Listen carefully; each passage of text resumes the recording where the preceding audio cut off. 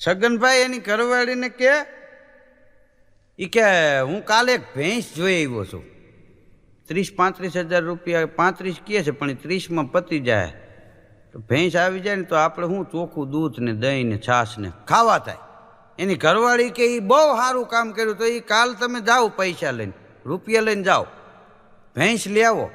હા, આપણે આખા પરિવારને સારું. અને કે મારી બાને એને બિચારાને પૈસા દેતા છાય છે ક્યાંય જળતી નથી, તો મારી બાને અહીંથી છાય સાહેબ ત્યાં તો ઓલાનો મગજ ગયો, તારી બા સારું ભેંસ લઉં છું હું,